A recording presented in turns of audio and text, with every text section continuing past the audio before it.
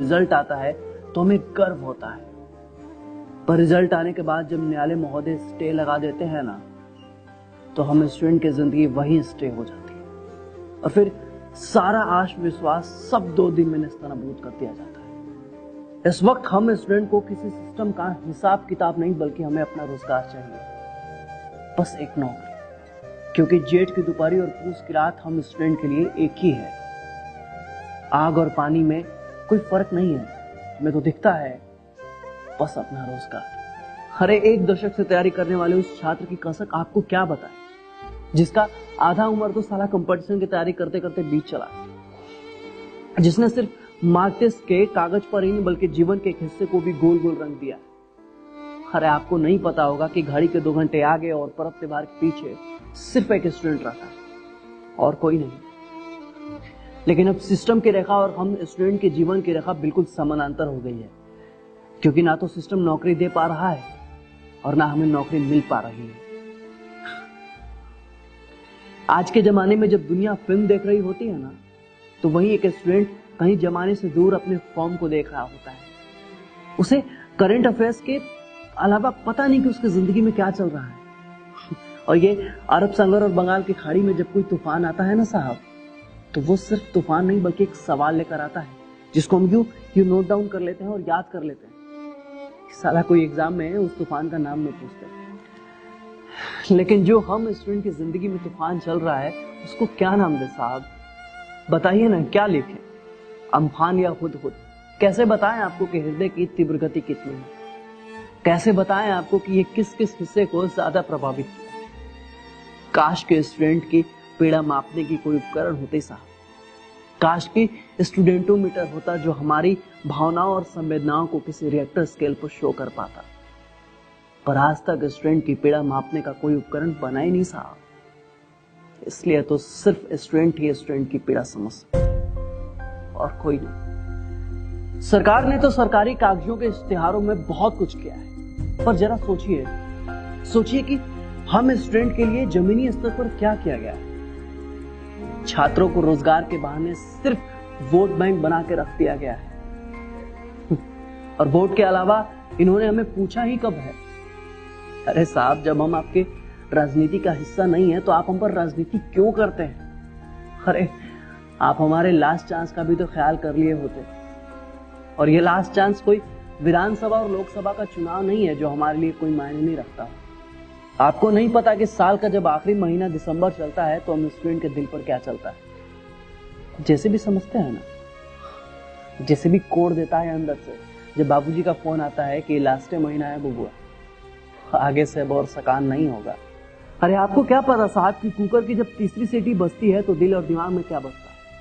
आइए कभी हमारे छोटे से दरबे में, जहां दीवार पर सिर्फ फार्मूला और दिमाग में जुनून चिपका रहा। न जाने कितने सालों से क्वारंटीन है हम इस 10 बाई 10 के कमरे में, जहां खिड़की सिर्फ अखबार लेने के लिए खुलती है और दरवाजा सिर्फ चावल धोने के लिए, जहां हैंगर पर लगा 2 टी-शर्ट और 1 पैंट के अलावा कुछ भी नहीं है हमारे पास। अब तो बस इन किताबों का सहारा है जिसकी लाइन बाय लाइन अंडरलाइन पन्ने ये सिखाते हैं कि जिंदगी को भी अंडरलाइन करते चलना है, कुछ छोड़ना नहीं है। एक बात समझ में नहीं आती है कि एग्जाम कंडक्ट करवाने वाले आप, पेपर सेट करवाने वाले आप, यहां तक कि फॉर्म का पैसा भी लेने वाले आप, फिर धांधली करने के लिए कोई तीसरा कहां से आ जाता है?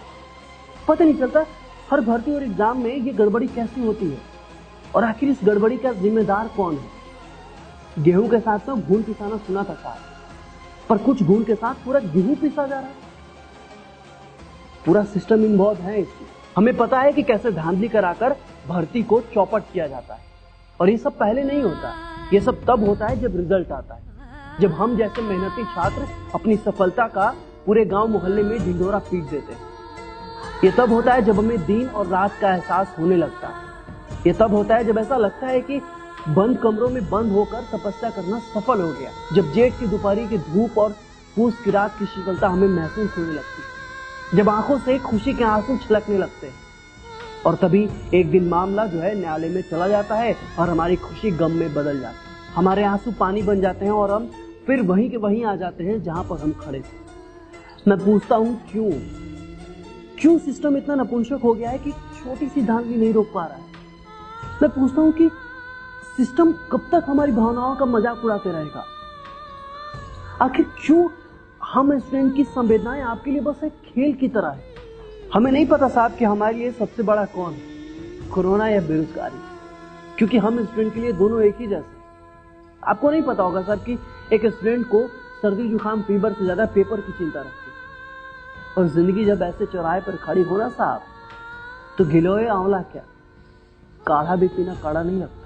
दुनिया तो आज भी कहती है कि जब डेट पर डेट ही मिलना है तो प्रैक्टिस सेट करने से क्या फायदा। पर महोदय आपको बता दें कि हम स्टूडेंट हैं, छोड़ेंगे तो बिल्कुल ही नहीं, जी जान लगा देंगे और लास्ट चांस तक लड़ते रहेंगे उस सिस्टम से जिस सिस्टम ने हमें हाशिए पर लाकर खड़ा किया है। जब हम कंपटीशन के फील्ड में उतरे थे तो हमारे हाथ सिर्फ एक कलम और एक कॉपी थी, पर आज हमारे हाथ उन किताबों की भी ताकत है जिसे पढ़कर जमाने ने इतिहास रचा है और संघर्ष करने का साहस भी लिया है।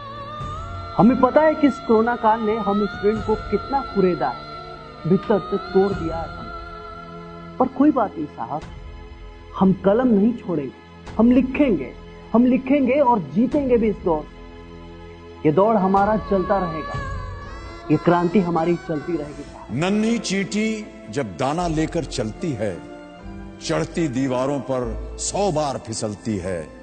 मन का विश्वास रगों में साहस भरता है, चढ़कर गिरना गिरकर चढ़ना ना अखरता है। आखिर उसकी मेहनत बेकार नहीं होती, कोशिश करने वालों की कभी हार नहीं।